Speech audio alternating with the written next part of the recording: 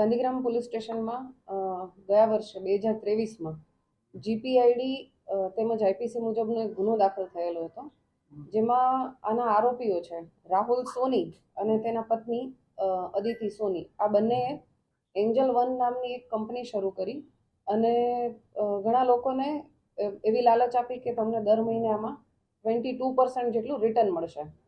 તો આના વાતમાં આવી અને ઘણા બધા લોકોએ એમાં પૈસાનું રોકાણ કર્યું અને 5-6 મહિના પછી આ જે કંપનીના જે માલિકો છે રાહુલ સોની અને અદિતિ સોની એ જગ્યા છોડી અને જતા રહેલા હતા.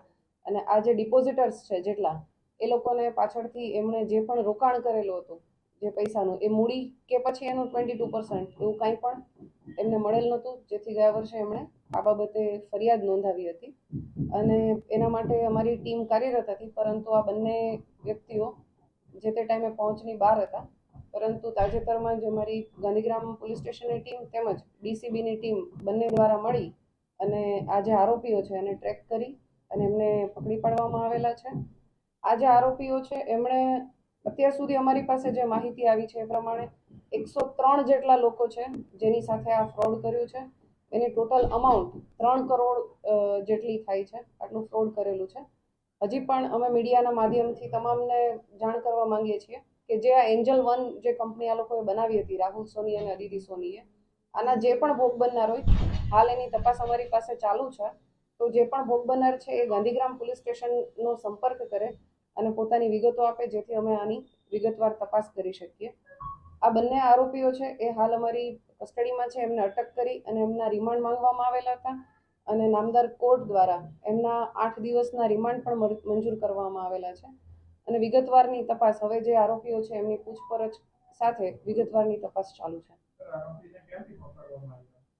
આરોપીઓ જે છે બંને એને કર્ણાટક ખાતેથી પકડવામાં આવેલા છે. એ બાબતે અમારી તપાસ ચાલુ છે. પ્રાથમિક રીતે જોતા એવો કોઈ ગુનાહિત ઇતિહાસ જણાયેલ નથી. માત્ર એક ગુનો જણાયેલ છે, પણ છતાં પણ અન્ય જે સ્ટેટ છે એમાંથી એની વિગતો મેળવવાની કાર્યવાહી ચાલુ છે. કોઈ પણ વ્યક્તિ એના સંપર્કમાં આવેલ હોય એમને કહેતા હતા કે ભાઈ અમે તમને 22% જેટલો આમાં ઇન્ટરેસ્ટ આપશું મંથલી, અને એ જે ઇન્ટરેસ્ટ છે એ દર 15 દિવસે આપી દેતા હતા. જેમ કે કોઈ વ્યક્તિએ 1 લાખ જેટલું રોકાણ કર્યું હોય તો 15 દિવસ થાય એટલે એને 11,000 રૂપિયા આપી દે. એવી રીતે એણે 3-4 મહિના જેટલું વ્યવસ્થિત લોકોને ઇન્ટરેસ્ટ આપ્યું, તો જેનાથી જે વ્યક્તિઓએ ઇન્વેસ્ટ કરેલું હતું એમના ઓળખીતા એ રીતેથી અને ઘણા બધા લોકો છે જેમણે આમાં ઇન્વેસ્ટ કર્યું. કદાચ સ્ટાર્ટિંગમાં મેં કીધું એ રીતે 3-4 મહિના એમણે પરત પણ આપ્યા પૈસા, પણ બાકી પાછળથી આ વ્યક્તિઓ જતા રહેલા હતા પોતાની દુકાન બંધ કરીને. અને આ જેટલા પણ લોકો છે 103 જેટલા લોકો એની સાથે ફ્રોડ કરેલું છે. શેર બજારમાં રોકાણ કરવાનું કહી અને 22% જેટલું રિટર્ન મળશે એવી બાંહેધરી આપી અને તેઓ આ લોકો પાસેથી પૈસા પડાવ્યા. અત્યાર સુધી જેટલી તપાસમાં ખુલ્યું છે એ પ્રમાણે ટોટલ 103 જેટલા ડિપોઝિટર્સ છે અને 3,29,00,000 જેટલી અમાઉન્ટ છે. હજી અમારી પાસે રોજે લોકો આવી રહ્યા છે એટલે આ અમાઉન્ટમાં વધારો થવાની શક્યતા છે. ડિપોઝિટર્સ જે ભોગ બનનાર છે એમાં પણ ઘણો વધારો થાય એવી અમે એક્સપેક્ટ કરીએ છીએ. તો જે પણ લોકો છે આના ભોગ બનનાર છે એ અમારો સંપર્ક ગાંધીગ્રામ પોલીસ સ્ટેશન ખાતે કરી શકે છે. એન્જલ વન છે શેર બ્રેકિંગની બહુ મોટી કંપની એક છે. એમના દ્વારા કોઈ તમને ફરિયાદ કે એવું મળેલું છે? કારણ કે સેમ આ નામ જ રાખે. ના, એમના દ્વારા કોઈ ફરિયાદ નથી મળેલી. અમને ભોગ બનનાર જે લોકો છે એમના તરફથી ફરિયાદ મળેલી છે.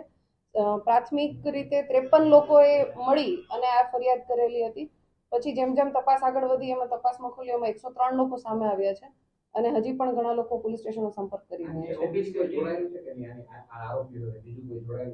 હાલની દ્રષ્ટિએ એવું કોઈ ધ્યાનમાં આવેલું નથી, છતાં પણ આની તપાસ હજી ચાલુ છે. આરોપીઓની પૂછપરછ ચાલુ છે. 8 દિવસના રિમાન્ડ મેળવેલા છે. રિમાન્ડના અંતે ખ્યાલ આવશે કે આની સાથે કોઈ અન્ય વ્યક્તિ જોડાયેલ છે કે કેમ. ના, એ કેશ ડિપોઝિટ નતા લેતા. એ બેંકમાં અમુક જે અમાઉન્ટ છે બેંકમાં લેતા હતા, ચેક થ્રુ લેતા હતા, અધરવાઇઝ ઓનલાઈન ટ્રાન્ઝેક્શન થ્રુ લેતા હતા અને ઘણા કેશમાં લેતા હતા. અલગ અલગ રીતે, કોઈ સ્પેસિફિક મોડ નથી.